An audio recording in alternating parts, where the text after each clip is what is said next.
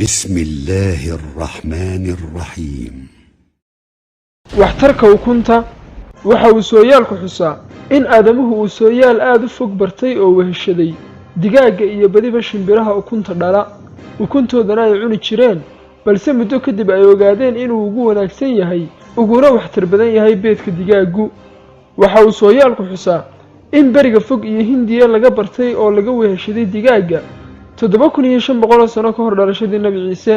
Masar iyo Soomaaliyiintii Ciraaq deganeedna ay barteen oo weheshadeen 1500 sano ka hor dhalashadii Nabi Ciise Giriigii horena uu gaadhay digaagu 800 sano ka hor dhalashadii Nabi Ciise beedka waxa lagu tiriyaa cuntooyinka aasaasiga ah ee badiba deegaanada caalamka waayahan dambena wararka laga faafiyay beedku way soo tarayaan oo waxa lagu xantaa kolestaroolka ku jirta inay badan tahay taasina waxa ay galaysiisay dadka daneeya caafimaadkoodu inay ka gaagaabsadaan oo liiska cuntooyinkooda ka saaraan ukunta daraasadaha dadka ku takhasusay cuntooyinku waxa ay tibaaxayaan inay cid waliba beedka cuni karto qof ama macaan qaba ama xasaasiyad la mooyaane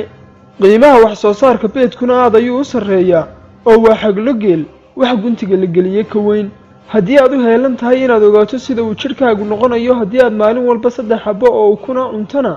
u fiirso waxtarkiisa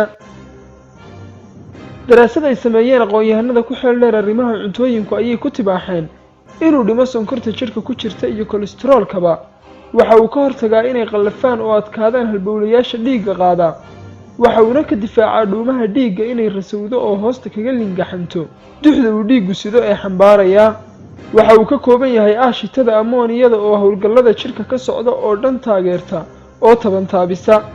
qofka noloshiisa firfircoonida iyo hawlgalka la jecelina kama maarmo beedka waxaana intaas u dheer in habdhiska dheefshiidku uu si aad u sahlan u shiido beedka oo waliba 98% borotiinka beedka uu jirku dheefshiido oo nuugo waxa uuna borotiinkaasi caawiyaa oo garab galaa unugyada dhowaan dhaladka ah ee jirka ku cusub waxa uu sidoo kale beedku muhiim u yahay dadka jecel inay muruqyadooda kobciyaan oo kaalingal ka dhigaan jirkooduna uu dhisnaado oo dhiibsanaado badiba dadka caalamku waxa ay la dhibaatoonayaan hoos u dhaca ku yimi fiitamiinadooda taasina waxay sababtaa inay u yeeshaan fiitamiino samaysa iyo dawooyin gacan ku rimis ah balse mooga fiitamiinada ay dawooyinka samayska ka raadinayaan inay kaga filan tahay 3 xabo oo beeda oo si maalinlaa u quutaa beedkuna waxa uu ka kooban yahay wadaro fiitamiino ah oo ay ka mid yihiin fiitamiin B3, B6, B12, fiitamiin D, fiitamiin A iyo macdano kala gedisan oo ay ka mid yihiin zinki, calcium, magnesium iyo phosphate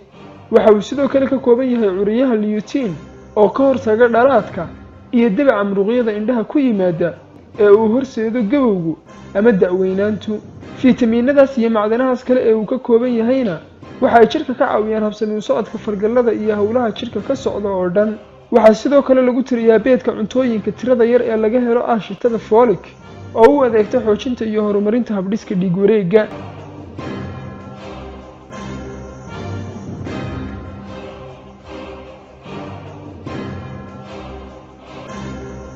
colin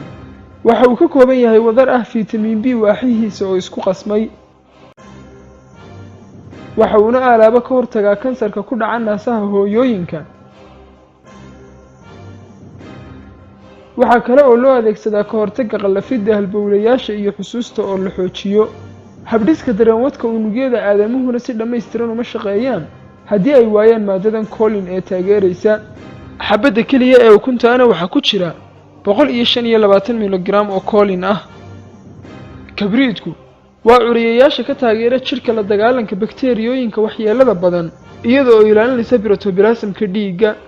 waxa ay sidoo kale maadadani ka dhowrtaa dhabarka dhibaatooyinka haleela marka uu ruuxu gaboobo waxa sidoo kale ku tiirsan maadadan kabriidka borotiinka collagen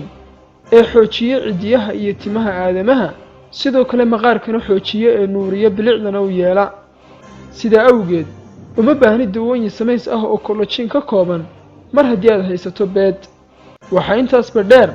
beedku haba yaraato ee wax dhibaabo ah uma horseedo beerka iyo unugyada kale ama habdhisyada jirka waxaan faa'iido iyo waxtar iyo nafaqo ahayna lama soo giblana ee daawada haddii aad caafimaadkaaga iyo bilicda jirkaaga danaynayso ha mooganaanin waxtarka beedka Ilaahay inuu kaydiyay